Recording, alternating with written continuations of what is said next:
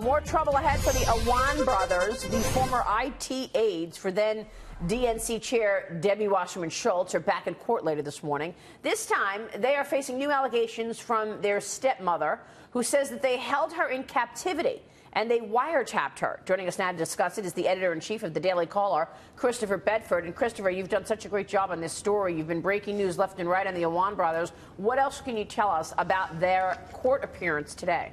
They're appearing in civil court today, as you mentioned, at 10 in the morning. It's a case that's one of the many sordid cases that have been kind of involved in here, where they're in trouble with their stepmother, who accused her of kidnapping her, of wiretapping. They have lawsuits out with many members of their family, people, women who have been involved with Imran's life.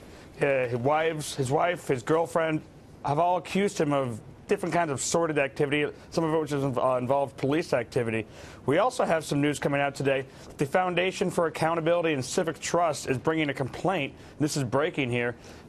Bringing an ethics complaint against Representative Emanuel Cleaver, potentially for paying people who weren't members of his staff and giving Imran as well access to his IT networks without paying him. And these things could be pretty serious for Representative Cleaver. Now, not only did Imran Awan help secure jobs for his family, but his best friend, Rao Abbas, also landed on the Democratic payroll as an IT administrator, and they were being paid much more than anybody else.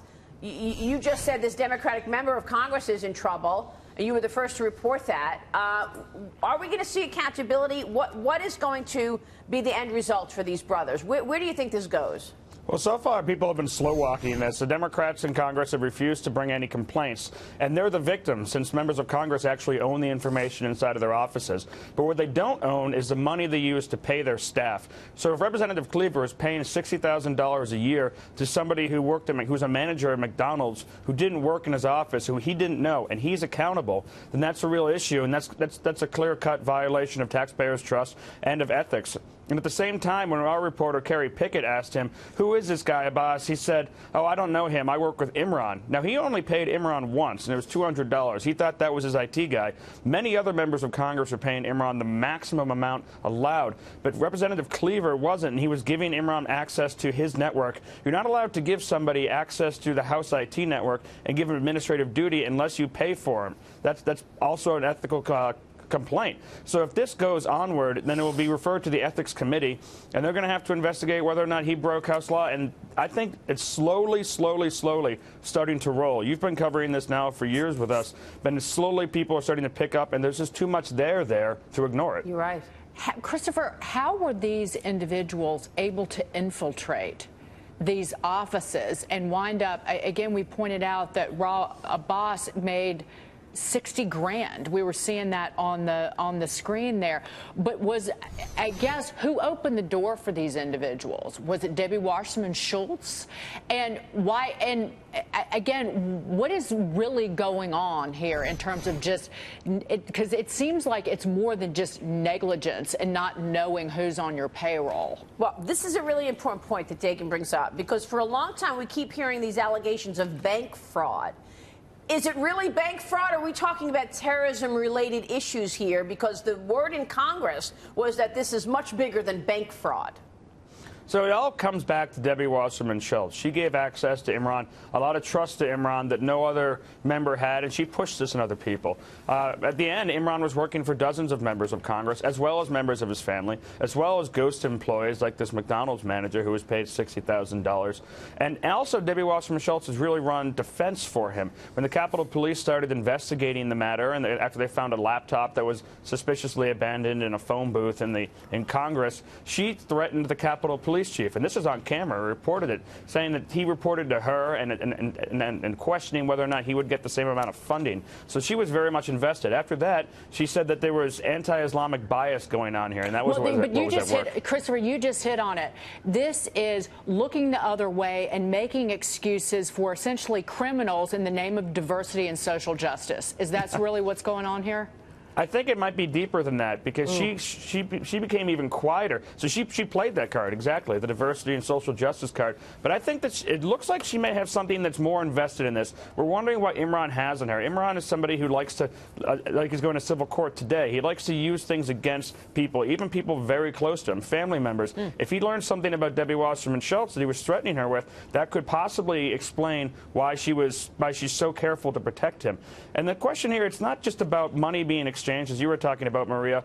It's a question of whether or not there was funding possibly to terror, whether or not there was possibly intelligence that was taken from the House, from Democrats, that was given to foreign governments. Exactly. These are things that should be looked into, because they're very, very serious. What does he have on Debbie Wasserman Schultz? Well, and Christopher's bringing up the great point that she's actually stayed with him through thick and thin. Everybody else abandoned these brothers back in February, and she stuck with him till July, till she absolutely had to get rid of him because they were worried about the bank fraud. Because he wired money to Pakistan to his wife, but then also... Wait, even after his wife tried to flee, and they had to stop her at the border to go to Pakistan. Yeah, but my main question is, are we going to see anything come out of this whole civil case with the stepmom, right? Are we going to see some discovery come out? Does the stepmom have like a legal team that can really get some information for us that we can use to figure out what's really going on? So far, Imran's cunning has managed to keep him a little bit ahead of the law. He's shown that he's able to get out of these situations. Members of his family, neighbors, former tenants, former colleagues have called him extremely manipulative and able to get what he wants, whatever he wants, which is why he's been able to look at what it appears to swindle so many people, so many members of Congress, get so much access. But even his own lawyers are wondering about this bank fraud charge that they're holding him here on, because even his own lawyers said this seems like it might just be a holding charge. Something to keep him around, something to keep him in country and tied up until they actually get to a more serious charges, potentially espionage, potentially something beyond that. But they've been kind of slow-walking this investigation. Right. And so far, we haven't gotten the answers, at least in any kind of timely manner you'd think would be necessary for hacking of the congressional Democrats. That's exactly what I heard as well, Mitch Rochelle. They're holding him on bank fraud charges until they come up with a bigger charge, because there's something bigger going on here.